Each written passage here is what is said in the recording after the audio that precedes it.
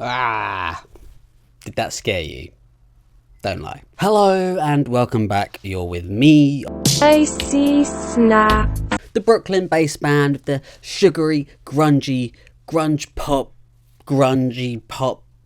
synth, often described by many as the modern take on 90s alt rock. Yeah, previous albums I would have definitely agreed with this. I guess you might want to call it bubblegum grunge. But their newest album reminding me a bit of those 90s songs like Kiss Me by Sixpence None the Richer. I was going to say None the Wiser. Whilst actually keeping that power pop bubblegum feel. Fronted by the charismatic and effervescent Ava Hendricks, whose high-pitched vocals are powerful and infectious. Whether that's good or bad, up to you. Carving out a bit of a niche sound for themselves whilst being fun and energetic, also quite emotional and realistic. As I mentioned a bit earlier, the band grabbed attention with their first album Guppy in 2017, a record filled with jangly guitars, punchy drums. It's grungy and punky, lyrics kind of balanced between angst and joy. Following this with Young Enough in 2019, an album that saw the band expanding their sonic palette, incorporating more synths, darker themes, being a bit more introspective, doing it without losing that pop aesthetic. So now their third album, Forever. 12 tracks long, and it's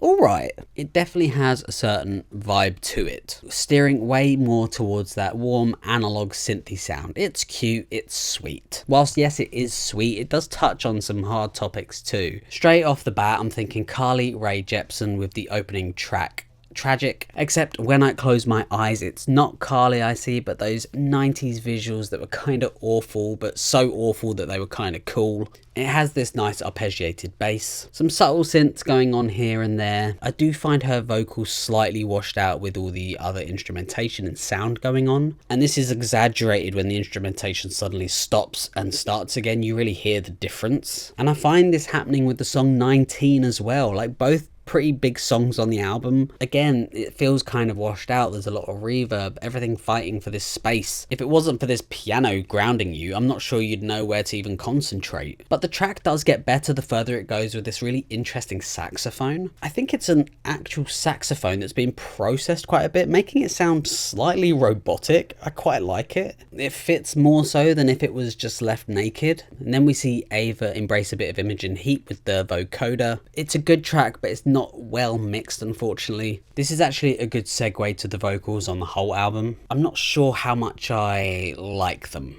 and I can't really pinpoint exactly what it is. I think it might come down to the mix. There's moments where I'm like, yeah, this is pretty good. And then there's moments where it just sounds so distracting. And that's not a slight at her at all. It's just a personal preference. Sometimes it sounds a bit too nasally, and I think that is due to the mix or, you know, whatever effects have been added. For example, I think this really works on the song Calling You Out, which at first sounded so much like I Kissed a Girl by Katy Perry. It's a pretty decent song, but it's also one of the better mixed songs on the album. But then listen to the song Here Comes the Darkness. It's way too much, and again, I think it's down to the processing. It's like distortion or whatever that's just making it sound irritating, and the actual track itself just feels quite muddy in general. I'm going to contradict myself a little bit here because there is a song similar that I do really think her voice works with, and that's the song Easy to Love, which sees her singing over a guitar, and her voice though is quite powerful, but it also just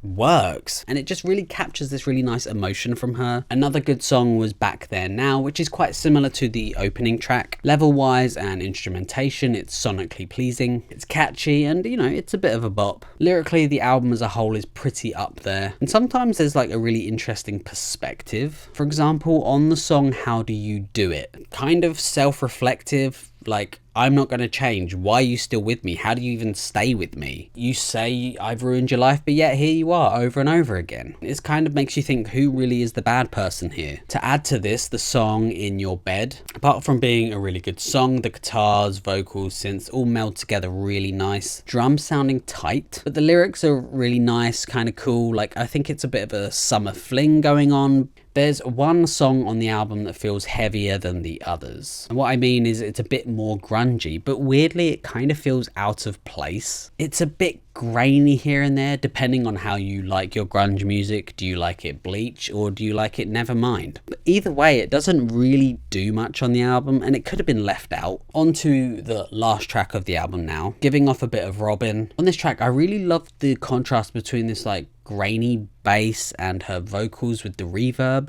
These random crashes coming in here and there, adding a bit of texture. Was it necessarily? No, but I'm kind of glad they're there. Lyrically, it's cute and fun, and I think a really good song to end the album on. The album is kind of sweet. I enjoyed it a bit more than I thought I would. There are some songs that stuck with me and I really liked, and I think the main issue I have with this album is the mix. It's a bit rough around the edges. I think it just needs tuning up a bit. To be honest, sometimes it does ruin the song, and you really hear this when it comes to her vocals. I think because of the way her vocals sound, there's a fine line between taking it too far or maybe not far enough. But despite all of that, I would still probably give this album a 6.5 out of 10. Thank you so much for watching. I hope you enjoyed it. Let me know below if you did.